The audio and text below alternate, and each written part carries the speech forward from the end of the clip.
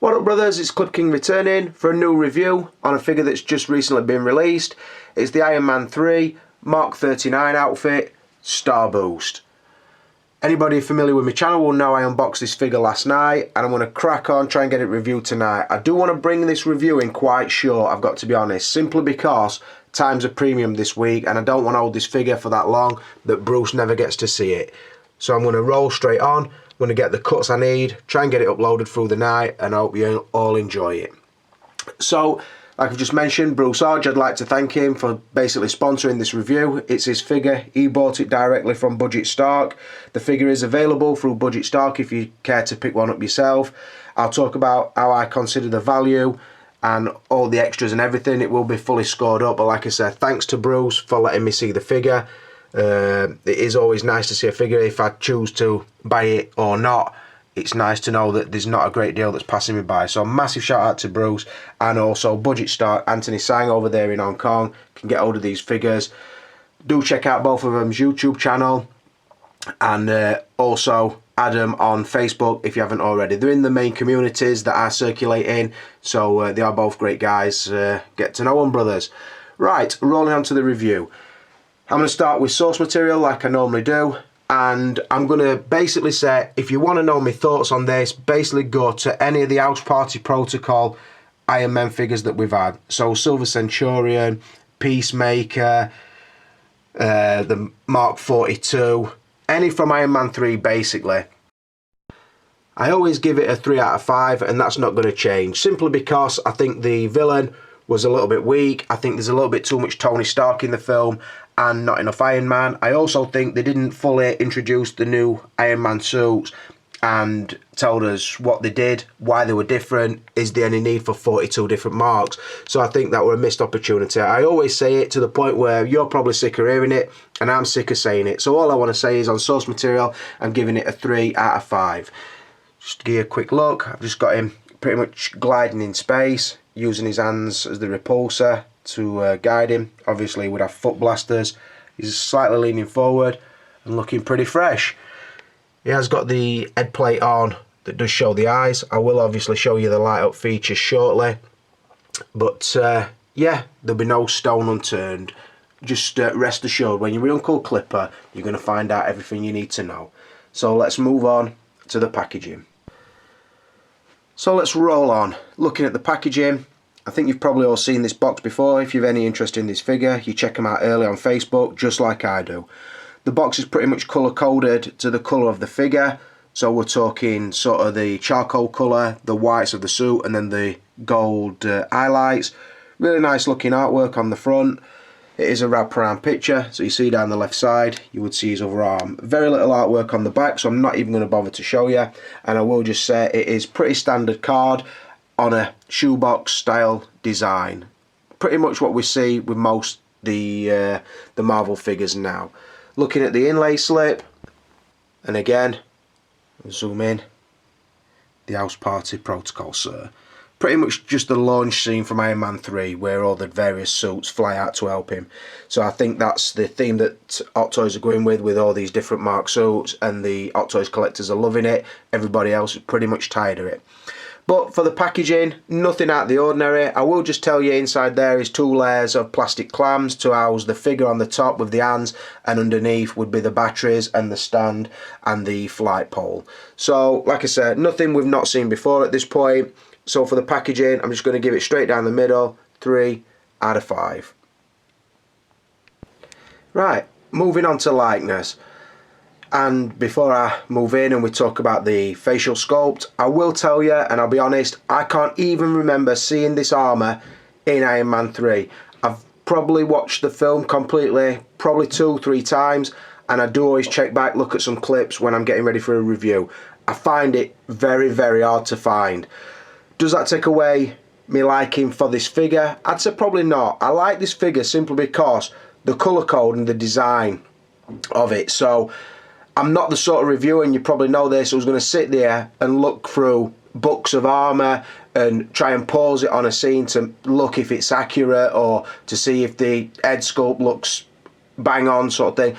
I'm not going to do that. All I'm going to tell you is, does it fit in line with the Iron Man figures, and does it look nice, basically. So you see the poles coming round, pretty much blasting with both hands. I've got the lights on now and got him sort of as if the force of the blast is pushing his feet backwards sort of thing. And I put him on the rotation stand because I wanted to show you the lights through the backpack, which is a really, really nice touch. I liked it on one of the previous Iron Man when it was sort of coming through the rib section. I can't remember what it was. I think that was the Art Breaker. I've seen that many now, boys. I'm starting to forget them. I think that was the Art Breaker. This one's really nice because it does come through the back of the jetpack, like I said. It's a really nice touch. Very different and very classy looking. So I think we'll put a stop in there and move to the head sculpt. As you see, again, it is sort of the white base colour. You see that it does have the sort of the logos or the symbols in red on the sides. Does look very nice. Where it's charcoal, it has this honeycomb effect, which again is really nice. Got a sort of reminds me of like a carbon fibre mesh, so to speak, but not quite. But is a really nice look. The gold highlighted faceplate sort of runs from his chin section right up and over his head, right down into the back. This is the version that has the eyes showing, so if you wanted to have the eyes illuminated, you could. Looking at it from the side, again, really nice. Does fit the theme of the outfit really well, and I think it would complement your existing Iron Man collection.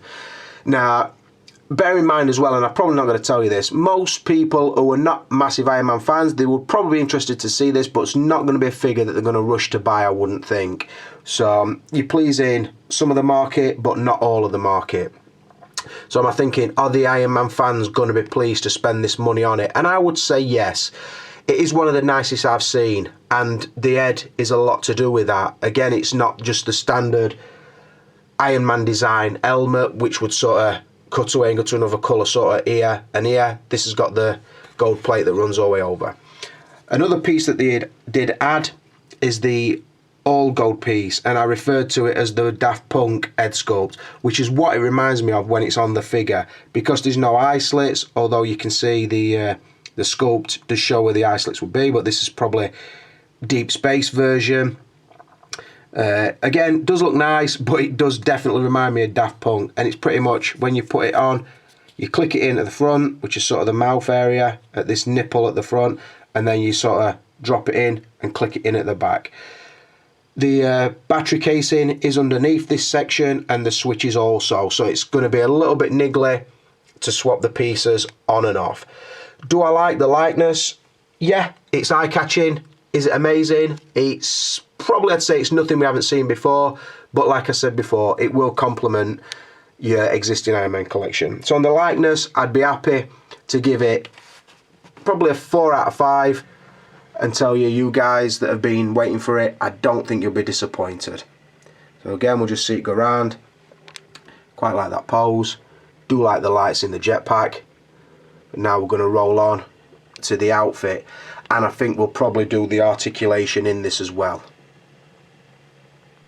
Right, rolling on to the outfit and the articulation, and I will say I'm now using the hands-free clamp that Anthony kindly sent me yesterday. If you didn't see that, check it out on the unboxing, because it is a right touch, and it means I can pretty much bend and move this pole and put my camera wherever I want. So let's roll on and talk outfit. As you see on the head sculpt, I have changed it to the all gold faceplate, so it's still looking really nice. Does catch the light really well because it's very metallic.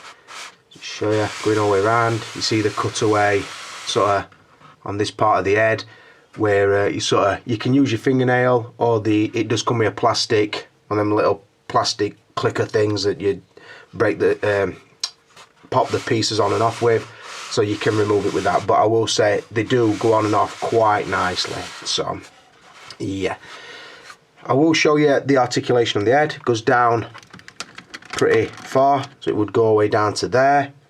Doesn't go back as far as some of the other Iron Men, so that would be the limit. It does turn and move. Obviously be careful, you don't want to catch plastic on plastic and risk sort of paint rub, so we'll show you that.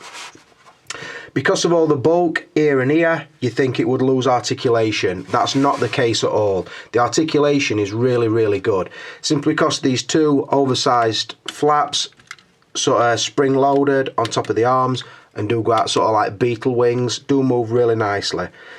The shoulder section here where my thumbs are is very similar to the Mark 42. Not as metal looking as the Mark 42, but a similar design.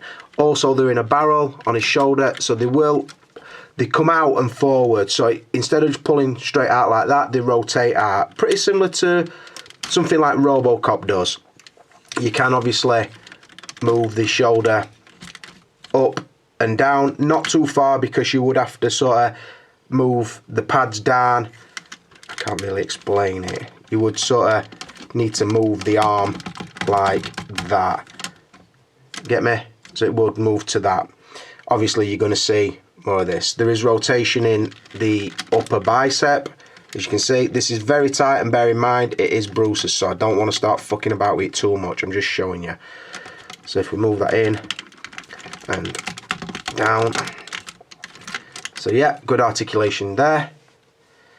I will say, let's move this down.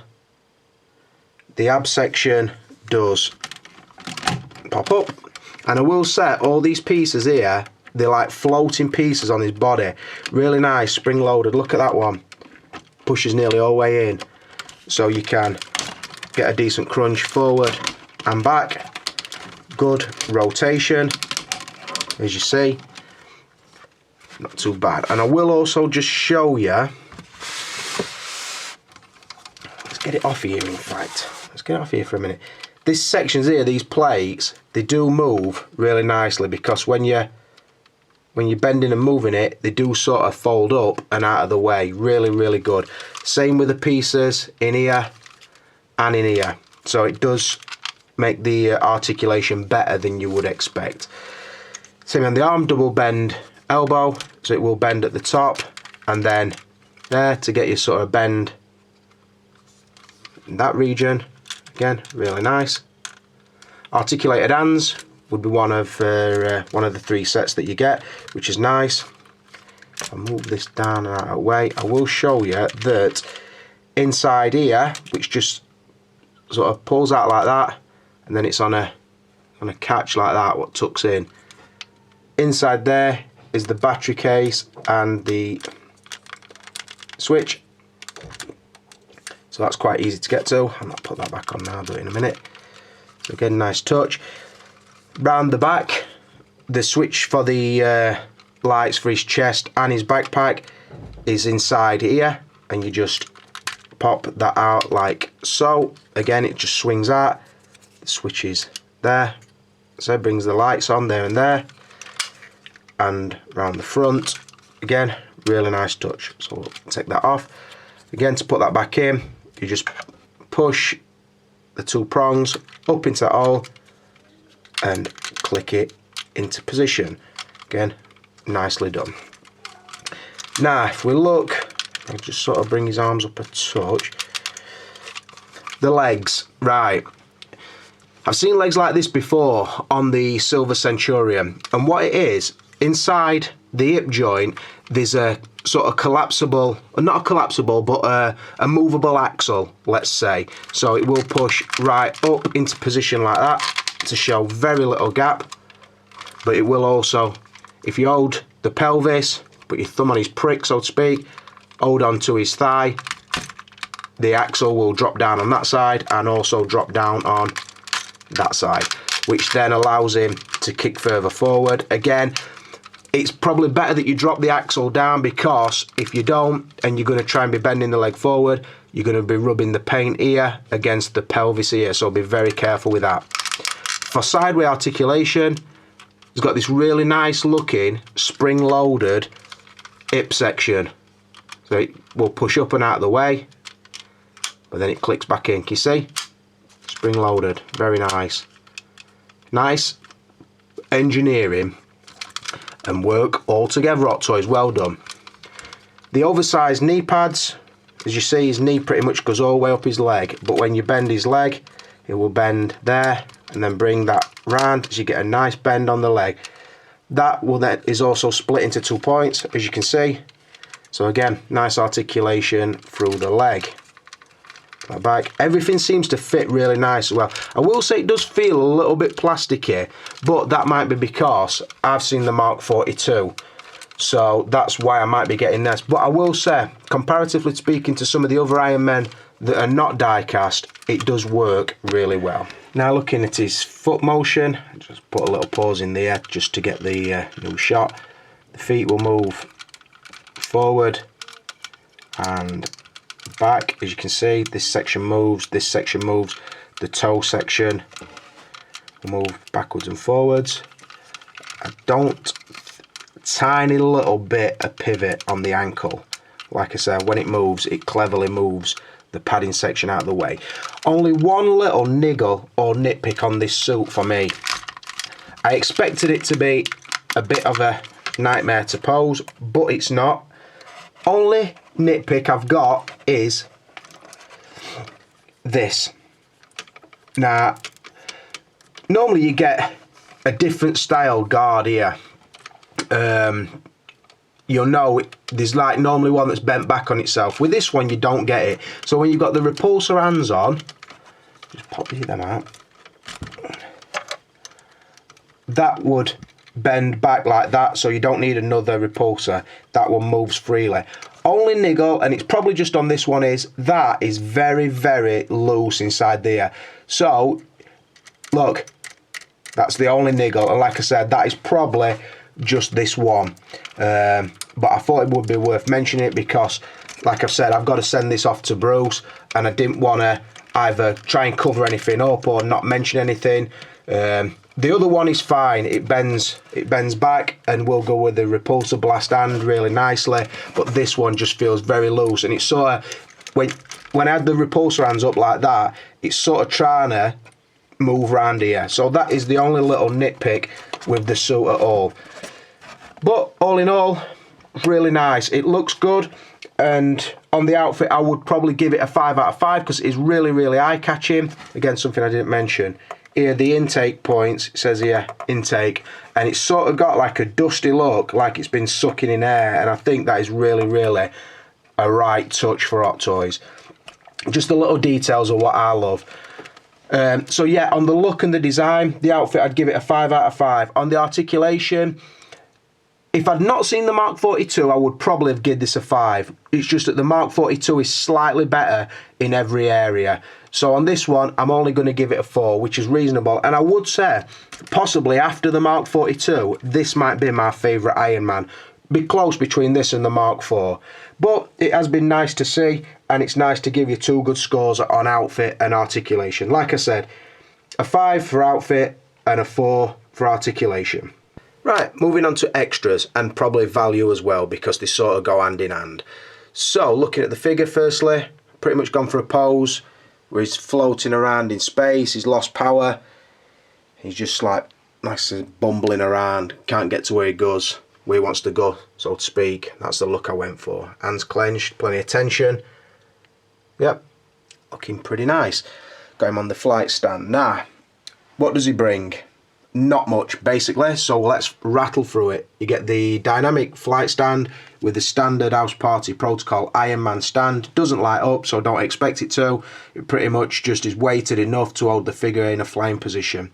I suppose if you've got all the Iron Men, then it is uniform. I do like the oval Hot Toy stand to keep my figures uniform, so if you're an Iron Man fan, you're going to want one of them stands. That's understandable. Also, they do fit with the armory or the All of Armour, so you are going to want it. So I'm glad they put that in for you. The instructions, I would say on any Iron Man figure, please read it, because you don't want to have paint rub or trying to be articulating it somewhere where it's not articulated. So check that out. Also, it shows you how to put in the batteries and swap out the pieces. So yeah, read that.